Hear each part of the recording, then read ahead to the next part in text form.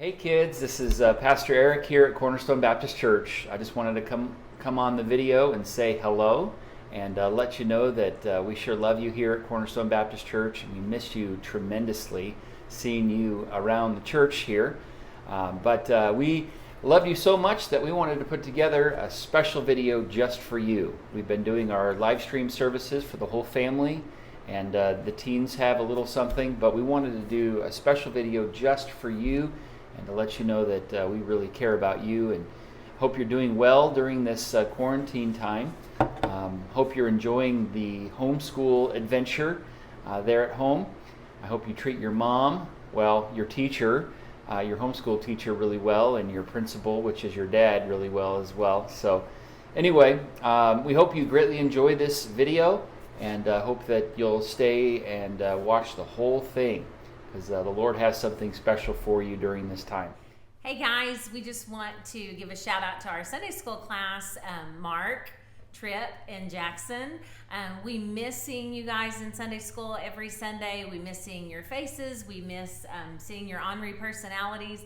And we can't wait until we can be back in church and be with you guys. But until then, we just want you to know that we miss you, that we're praying for you, and that we love you guys. Quick shout out to Tripp Doohickey. Hey Cornerstone and hey Cornerstone kids, we miss all y'all, miss getting to teach you every Sunday. The good news is that all y'all got an early summer break, but for the parents it's bad news because all your kids got an early summer break. So we love you guys. Miss y'all so much. Look forward to seeing y'all soon. Hey guys, we love you. We miss you. We hope everybody's doing well. We can't wait to be together again. We're hoping you're hiding God's word in your heart. And look forward to the day that we can be together in class again. Hi, Busy Bees. This is Miss Janelle. Just wanted to check in with you guys and say hello, and I miss you very much. I hope you guys are all doing well with your families at home, and I can't wait till we get to meet again and all be together in our class and learn more about our lessons from the Bible, and also take offerings for our missionaries and our elephant bank and sing lots of fun songs like the butterfly song. So I can't wait to see you again, Bowen, Addison, Sammy, Veronica, and I see Macy every day. But Macy and I can't wait to get together again with you guys and have our fun class. Don't forget to be praying for our missionaries of the month.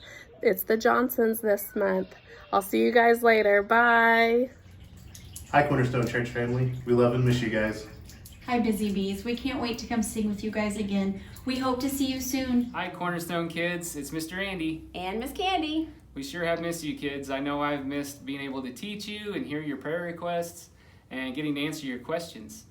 Hey, we love you guys. We miss you, and we can't wait to get back to church and see you guys. So what I was thinking is we're going to put an email up on the screen, and if you guys will send us an email of how you're doing, what's going on with your schoolwork at home, a picture, a drawing, anything, just to let us know how you're feeling. Don't forget those prayer requests, and don't forget to ask Mom and Dad for permission.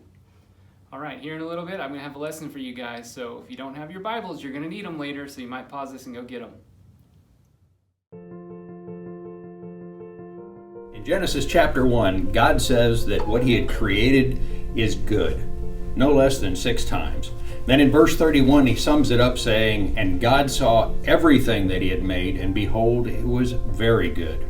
In today's creation moment, we will get a peek at just how things were different during the times of the garden than what we see today. In Genesis 2, verses 16 and 17, God told Abraham that he could eat of every tree of the garden with the exception of the tree of the knowledge of good and evil. And then at the end of verse 17, he warns Adam that death would come as a result of disobedience. Later in chapter 3 of Genesis, verse 17, we see that the earth is cursed because of the sin of Adam. And things have been very different from that time forward. In fact, down at verse 21, we see the first recorded death in the Bible as God kills animals to make clothing of the skins of those animals for Adam and Eve. In God's account of creation, he tells us that each kind of animal would bring forth their own kind to replenish the earth. Scientists today use the term genetics to describe how we pass along that information or traits to our children. Specifically, our genes are the determining factor in just what we're going to look like or how we're going to go through. For how we're going to look, and show why dogs have puppies and cats have kittens. Science also noted that each of these genes is made up of two parts, a part from mom and a part from dad, and the two parts together will make the determination of what we look like. In some cases, those genes being passed on, those parts can either be dominant or recessive. And if the two parts differ, the dominant one will be the one that determines what we look like. So in the case of humans, brown hair and brown eyes are dominant genes, while blue eyes and red hair are recessive. So if you see somebody with red hair and blue eyes, their parents had red hair and blue eyes, or at least one of those genes that they had was one of those above. So if we look around our yard today, we can see things that we're likely to find out there, and we take for granted because that's always what we see. One example is the green katydid. So we see katydids all the time, and we expect that they're green, and that's the way it goes. They're very well camouflaged. In fact, like you can see this one, even the shape of the body is somewhat leaf-like, and it helps them hide very well. But in the garden, things would have been very different from what we see there. That wouldn't have been the case. Scientists have noted rare color variations over the years of the katydid, and only recently have figured out that the green coloration that we're so familiar with is actually the recessive gene. So meaning that, like red hair, you only get a green katydid if both parents were green, or both parents passed on the green trait. Surprisingly, the most common or the dominant color for katydids is pink. This beautiful color makes the katydid more likely to be seen by birds. They get eaten up faster and don't have a chance to pass on their genes the way the green ones do. But in the garden, before man's sin brought forth death, that wouldn't have been the case. So for Adam and Eve, as they walk through the trees of the garden and they see the beautiful plants and bugs out there, like the katydid, they were much more likely to see pink ones, yellow ones, and orange ones, rather than the green one, which would have been rare. So, if you're ever fortunate enough to be out there in your garden and you come across a pink katydid, let it sink in. This is what it would have been like in the garden had man not sinned in the first place. Enjoy God's creation. God said it was very.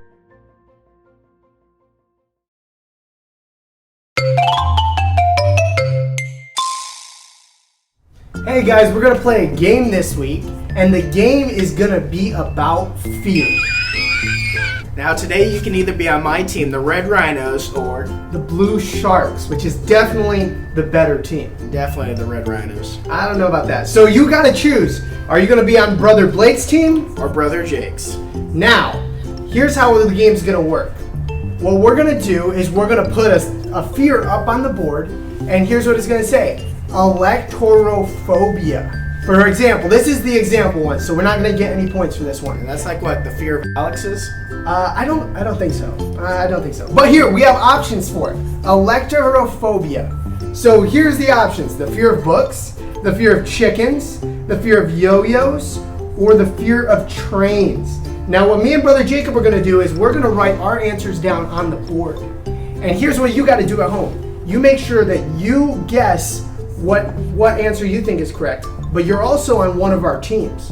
So if we guess right, you get a point. If you're on our team. If you're on my team. But you definitely want to be on my team because we're definitely going to win today. No, definitely the Red Rhinos. So here's how it's going to work. Me and Brother Jacob, we're going to show our answers, and I think it's the fear of chickens. The fear of books. Well, let's see what the right answer is. And the right answer is the fear of chickens. So, Brother Blake, I would have gotten a point for that one, but that was a practice round, so here's how we're going to play. Let's keep going. What's the next one? Brother Jacob? That's Barophobia. Barophobia. What does that even mean? I don't know, but what's the options for that?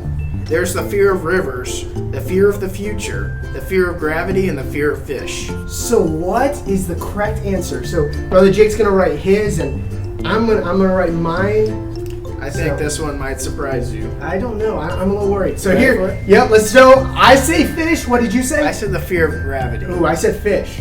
So let's see who's correct. Let's pull up that next answer, and it is the fear of gravity. Brother Jacob's got the first point. Red Rhino's got the first point. So if you're on his team, you already got a point, but trust me, I'm going to come back. So let's see what the next one is. The next one is... what is that, Brother Jacob? Arachibutyrophobia. I said it correctly. Yeah, I don't know how to pronounce that one, but you know what? We're going to look at the options. The options are the fear of peanut butter, the fear of losing something, the fear of imperfection, or the fear of butterflies. So me and Brother Jacob, we're going to put our answers down. Ooh, I'm struggling with this one. I'm not sure what this is. I got my answer. I'm working on it. Come on, Red Rhinos. We know what's going on. Okay, Blue Sharks, here it is. And let's show. Imperfection. Peanut butter. Peanut butter? I doubt it. Well, let's see what the answer is. Let us see. Well, the right answer is the peanut butter. Oh man, Brother Jacob is winning this game. We got 2 points already, Red Rhinos. Sharks, we're behind, but we're going to come back, I promise. So let's look at the next one. Elurophobia. A little easier to say. That is a little easier to say. What is the answer? What are the... There could be the fear of money, the fear of races, the fear of golfing, and the fear of cats. I'm afraid of cats. I don't know what the answer is on this, but this is what I'm going to say. Do you have your answer, Brother Jacob? I am almost there, and there we go. Okay, ready? I said cats. Golfing. You said golfing? I said golfing. Oh, man. Okay, here it goes. See what the answer right is. answer is the fear of cats, and Brother Blake takes the point. There we go. Don't worry, Red Rhinos. We're still winning. Well, but we're coming back. Sharks, we got this. Okay, Team Sharks. Okay, the next one is... Oh my, why do I always get the hard ones? It is Hippopotamonotrosis Quimanaliphobia. Dolphia. Anyways, let's see what the answers are for. Okay, it could be the fear of volcanoes, the fear of breathing, the fear of long words, or the fear of coffee. There can't be such a thing as the fear of coffee, can there? I'm afraid of coffee. What? How are you afraid of coffee? That doesn't make any sense. It's really scary. Okay, do you have your answer, Brother Jacob? I have my answer. Okay, here goes. Breathing is my answer. The fear of long words. The long words? Oh, that would make sense if that's correct. Because it's a long word. Okay, let's see. Who do you think is correct? Here it goes. And it is the fear of long words. Man, how many points you got, Brother Jacob? I got 3 points. The Red Rhinos are in the lead right now. Sharks, we only have 1 point, but I promise we're going to come back. We got this. We got this. Let's see what the next one is. Alektorophobia. Okay, that's interesting. What are the answers for that? There's the fear of tornadoes, pretty scary. The fear of cooking, the fear of sleeping, and the fear of feet. Ooh. All of those are pretty scary. Yeah. Well, do you know what you're going to answer yet? Yeah, you know what? I think I got my answer. I don't know if this can be a thing, but I'm just going to guess it anyways. What you got? I'm going to say sleeping. I said sleeping too. Ooh, let's see. We both get a point. I hope you're wrong. But then I'd be I wrong hope too. he's right. Okay, there we go. And the right answer is the fear of tornadoes. Shouldn't we know that living in Oklahoma, Brother Jacob? Who's afraid of tornadoes? I mean, I was pretty afraid of tornadoes. Oh.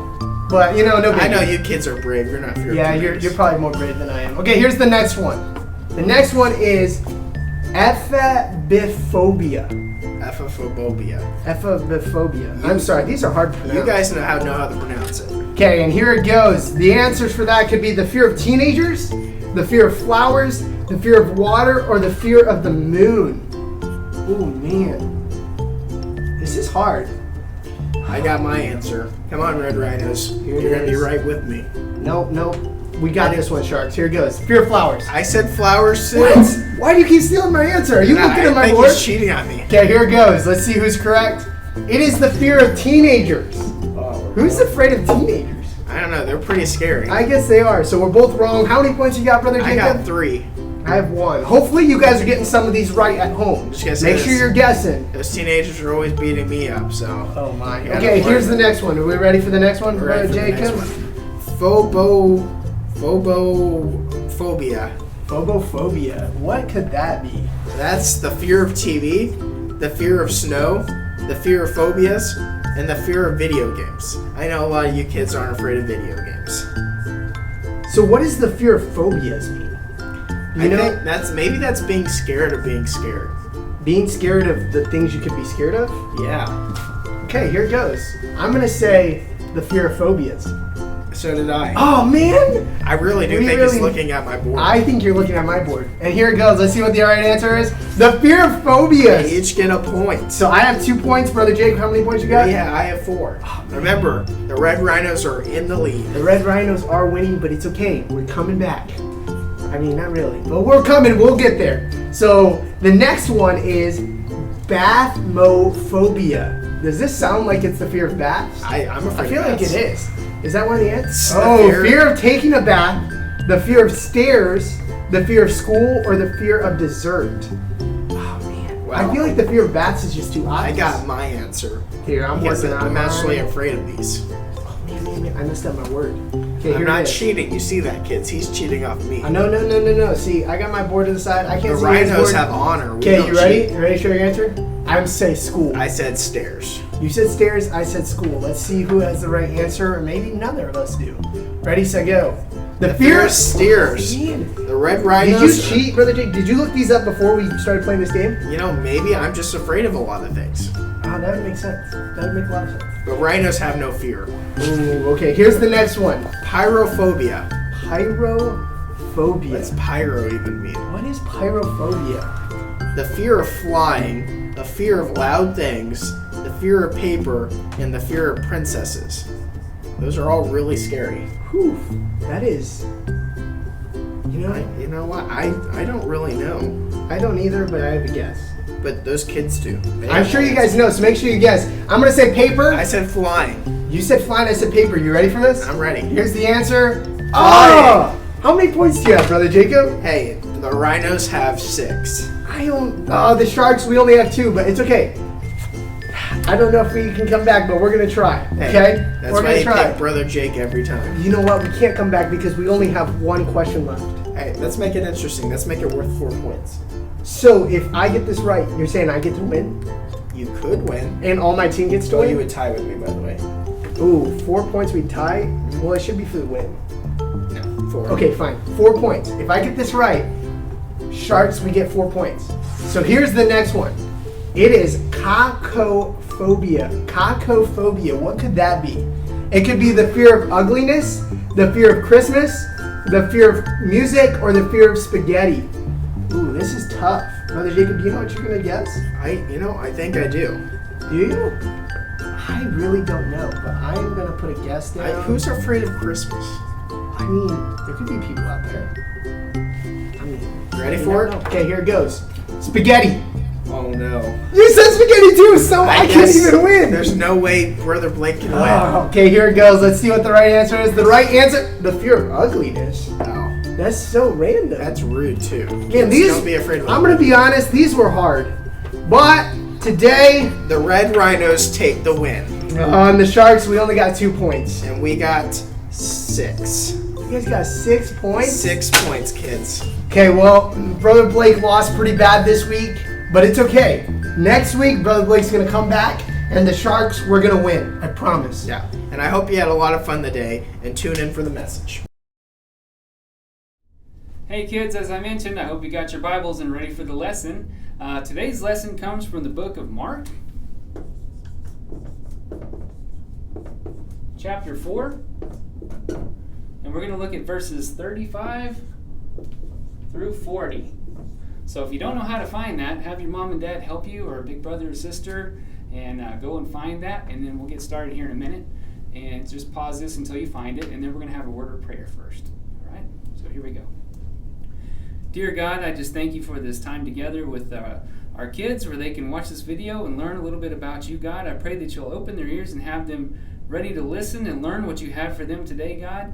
And that you'll just be able to touch their hearts and teach them today. God, just pray for this lesson and pray for each and every one of these kids and their family members watching. Amen. All right. So if you can imagine, I was a kid one day just like you. long time ago.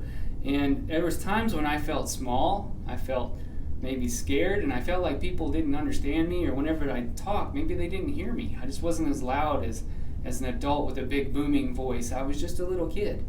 And so sometimes maybe you guys feel the same way. Do you ever worry about things and think nobody understands what you're thinking? Do you ever worry that sometimes people don't hear you, or nobody knows what you're thinking, or no one can help you? Sure, we have our parents and our big brothers and sisters that can help us, but sometimes we need someone to listen to us that we think can help. Well, today I have a story from the Bible that may help you with that.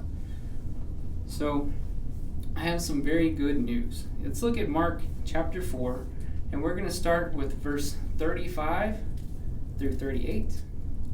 And the same day, when the even was come, he said unto them, Let us pass over unto the other side. And when they had sent away the multitude, they took him even as he was in the ship, and there were also with him other little ships. And there arose a great storm of wind, and the waves beat into the ship, so that it was now full, and he was in the hinder part of the ship, asleep on a pillow. So in this first part, we see Jesus had just spent the day preaching, and they decided that they were done for the day and they were going to head back home. So they got on the ship, him and his disciples, and they started to go back across to their home. Now, this area of the world is known to have these big storms come up all of a sudden because it's so windy there and it's so warm, and they have the perfect conditions for big storms. So a big storm came along, and Jesus, just like our pastor, Pastor Eric, had been preaching all day and decided, you know what, I'm tired, I need to take me a big nap. That just shows that he was a man just like us. He was God and a man, and he was tired, just like we get tired. And the disciples were afraid, just like sometimes we get afraid. So, Jesus is taking his nap on his pillow there in the front of the ship, and this big storm is going on. The disciples are scared to death. Many times, whenever my kids were little, we would have storms come in, and they would be scared, and we would notice that in the middle of the night, someone would crawl on our bed, and we'd look over there, and there would be Simon and Isaac, and they would be scared of the lightning. And I know one time when I was a kid, we had a dog, and every time the lightning would boom, she would go and hide under the couch or under the bed, and it was all we could do to get her to come out. We'd have to give her a snack or something to come out. So I know you guys have probably seen that too. Do you ever get scared of storms? I know I did too. So the disciples were really, really scared. But there's something interesting about the disciple situation. There was someone there with them who had power over those storms. So let's read ahead from verse 35 on. Or 38 here. In the middle of verse 38 it says, And they awake him and say unto him, Master, carest thou not that we perish? And he arose and rebuked the wind and said to the sea, Peace, be still. And the wind ceased, and there was a great calm. And he said unto them, Why are ye so fearful? How is it that ye have no faith? You see, unlike our situations here when we have a storm, they had God in the boat with them, and he could control the storm. Yet even knowing that, they were still afraid. So it's perfectly normal to be afraid sometimes. The good news is that we can have faith in Jesus, and we know that we can talk to him, and he can control not only the storms, but even what's going on around us. He has power over everything. He hears everything you say, and he can always help. So, even though you have your parents there, you have your big brothers and sisters, you have your friends that can help you, if you ever feel like you're alone and nobody understands and no one can help you, you know that you've got Jesus that you can talk to. And that's something that we can all be thankful for. All right, kids. Well, I hope you enjoyed that video. I hope that the Lord spoke to your heart and that you were paying attention, especially to the lesson as we learned about not being afraid when you realize that Jesus is with us as we go through these times of storm, which we've experienced a storm this week here in Oklahoma, and just remember that the Lord is with you when you go through those times. And just know that we love you here at Cornerstone Baptist Church, and we very much look forward to seeing you real soon. But until then, stay faithful to the Lord. Spend time with him as best you can by reading his word, by spending time in prayer, and by being obedient and helpful there at the house. And we sure love you. Look forward to seeing you soon. God bless.